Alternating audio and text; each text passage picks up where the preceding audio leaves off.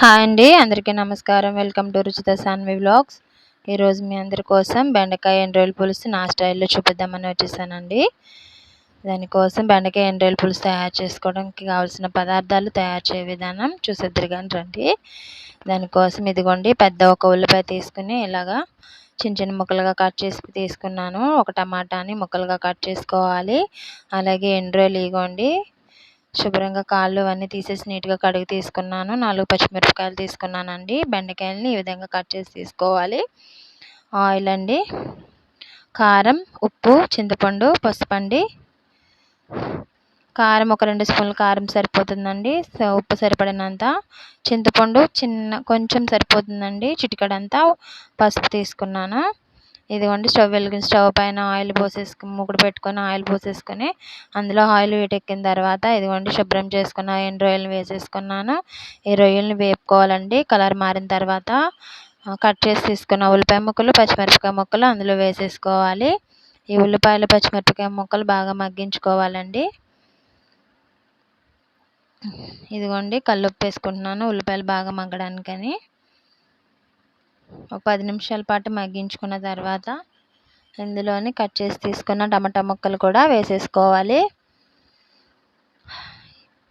నా ఛానల్ని ఎవరైనా కొత్తగా చూస్తున్నట్లయితే ప్లీజ్ అండి సబ్స్క్రైబ్ చేసుకోండి ఫ్రెండ్స్. వీడియోని లాస్ట్ వరకు చూడండి, స్కిప్ చేయొద్దు. ప్లీజ్ అండి లైక్ చేయండి, షేర్ చేయండి, సబ్స్క్రైబ్ చేసుకోండి ఫ్రెండ్స్.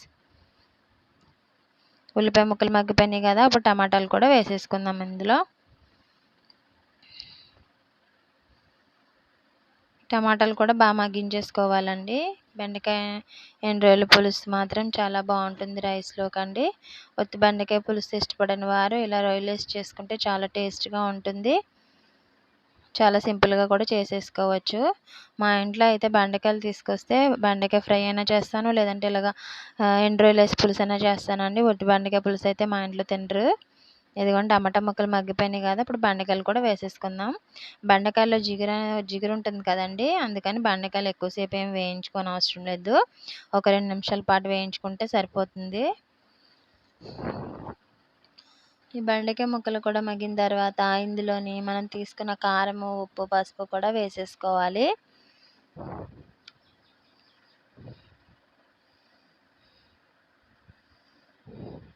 బెండకాయ కర్రీ మా పాపకి చాలా ఇష్టం అండి. మా పాప బాగా తింటుంది. ఇదిగోండి, బెండకాయలు కూడా మగ్గిపోయినాయి కదా, ఇప్పుడు మనం కారం, ఉప్పు, పసుపు కూడా ఇందులో వేసేసుకుందాము.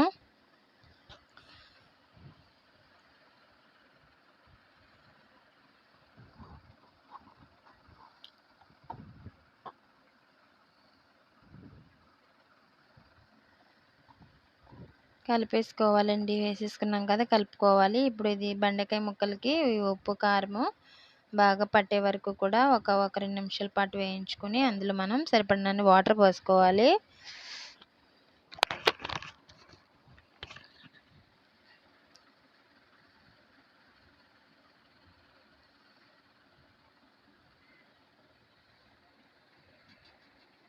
వాటర్ పోసేసుకుందాము. వాటర్ పోసుకున్న తర్వాత ఒక 5 నిమిషాలు మూత పెట్టి ఉడికించుకుని ఇందులో మనం చింతపండు తీసుకున్నాం కదండి, ఈలోపు చింతపండుని శుభ్రంగా కడిగేసుకుని నానబెట్టుకొని ఉంచుకోవాలి. నానిన తర్వాత చింతపండు రసం తీసుకుని పక్కన పెట్టుకోవాలి.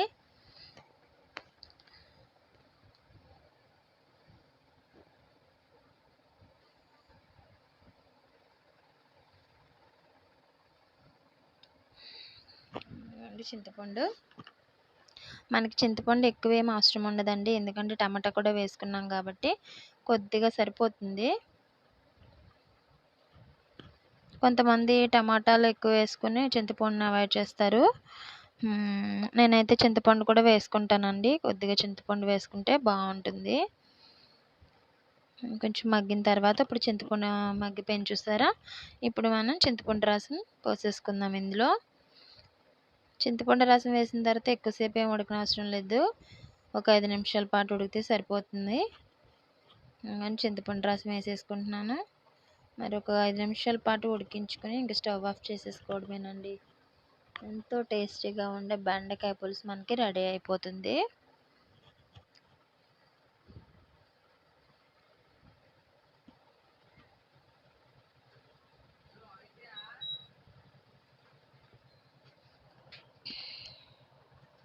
అంతేనే మూత పెట్టేసుకొని ఒక 5 నిమిషాల పాటు మగ్గించేసుకుందాం.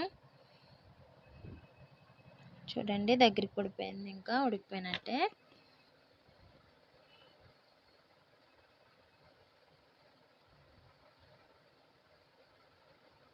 ఇంకంతేనండి, ఇంకా రెడీ అయిపోయింది మనకి ఎంతో చక్కనైన ఎంతో టేస్టీగా ఉండే బెండకాయ అండ్ రొయ్యల పులుసు రెడీ అయిపోయింది. ఇంకంతేనండి, ఇంకా స్టవ్ ఆఫ్ చేసేసుకోవడమే. కొత్తిమీర వేసేసుకోవడమే. ఇంకా ఫైనల్గా బెండకాయ ఎండు రొయ్యల పులుసు రెడీ అయిపోయిందండి. మీరు కూడా ఒకసారి ట్రై చేసి నాకు కామెంట్ చేయండి ఫ్రెండ్స్. ప్లీజ్ అండి నా ఛానల్ని సబ్స్క్రైబ్ చేసుకోండి, లైక్ చేయండి, షేర్ చేయండి. Keep watching. బై.